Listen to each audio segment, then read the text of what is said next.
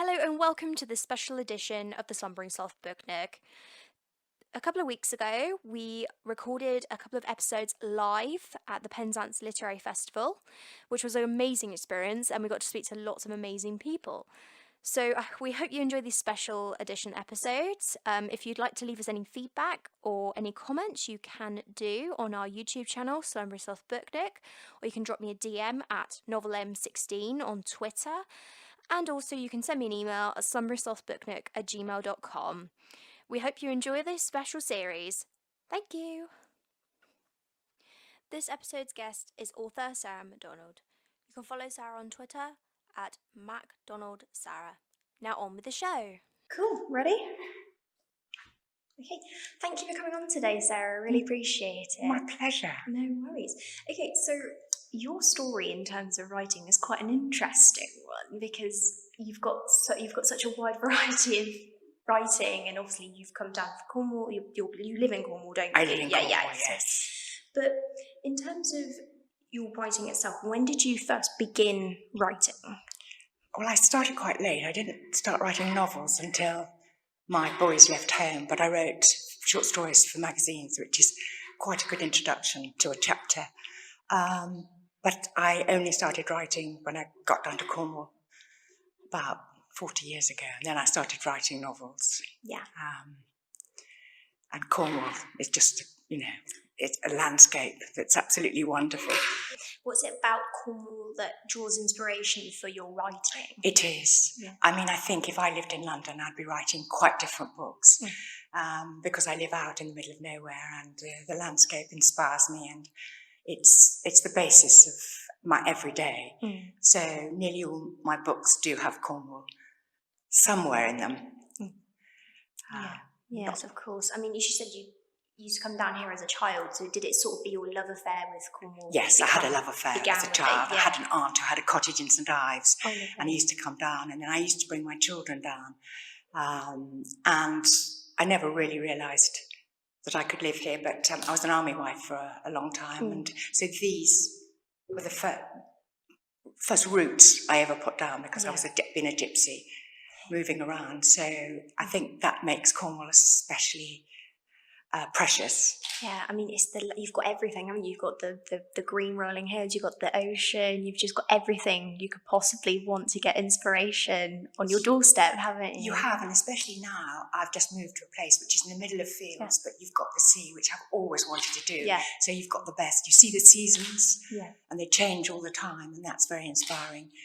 And I've got a desk which looks out over the rocks and the sea crashing, and I can watch the sunset, and it's hard work, but it sort of feels like living the dream sometimes. Yeah, it's sort of being in nature without necessarily being out in nature. It is, and I just can't imagine living in a town.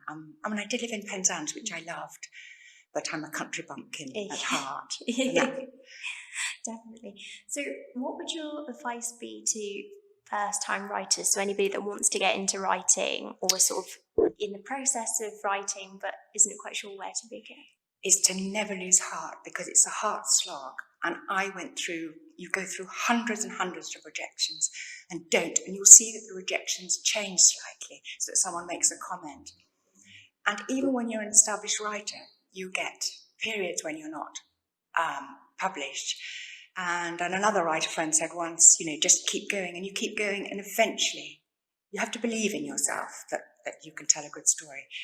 But it's really that self-faith, because it's hard, and it's hard work. And there's so many books out there. So really my advice is you just don't give up, you keep writing. Yeah, exactly. And if you get to a writing slump, you just take yourself back, would you say, and then just review it? Yes, just see what did this person say? How am I getting near? Maybe I need to review that with a little eye on the market. I mean, I think sort of, and of course also now you have to be media savvy. Yeah. As much as writing a book, you have to promote yourself, which is hard and it's time consuming, but it is part of being a writer now, unfortunately. Yeah, definitely. I mean, in terms of your process, how would you say that that's helped you to sort of get to writing a the media novel? The media, yeah. I've had to be pushed into it. I'm not a natural, I think it's probably easier for very young authors who are starting out because they do it automatically.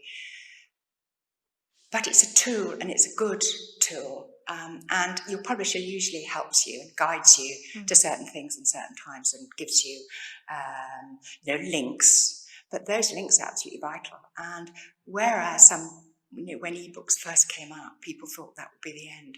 In fact, it's been a very good thing for writers because people buy your ebooks cheaply and then they go on to read your other books, they review you, and those reviews become blurbs. So you couldn't do without the media now. Exactly.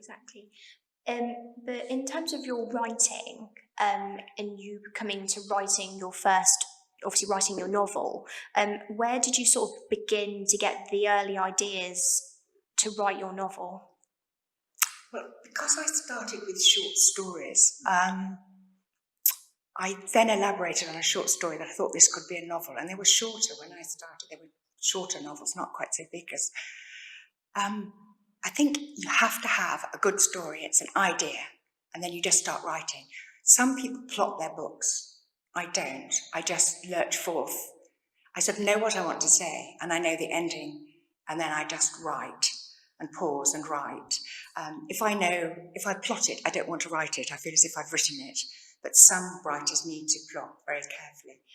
And I think it's the story that stays in your head that won't go away. You know that's the one you've got to write. You keep pushing it to the side, and then it keeps wanting to come back. And that's your book, really. That's great. That's a great bit of advice. We always like words of wisdom on my podcast. We always get people going, this is a great bit of advice, and we've got it. So that's awesome. So the last question is there a book that you've read recently that you would like to recommend?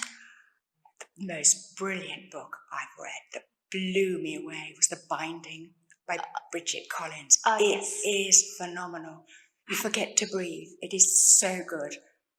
Yeah. So that is the one that's left. And an Oliphant, if you have read Yes, I loved it. Absolutely loved that book. It was fantastic. I met her the other night.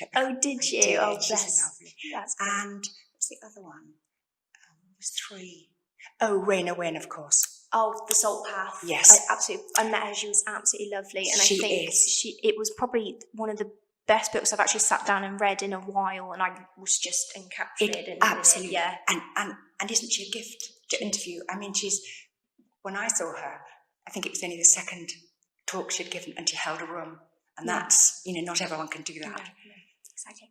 Well, thank you very much for coming on today. I really appreciate it. Thank you.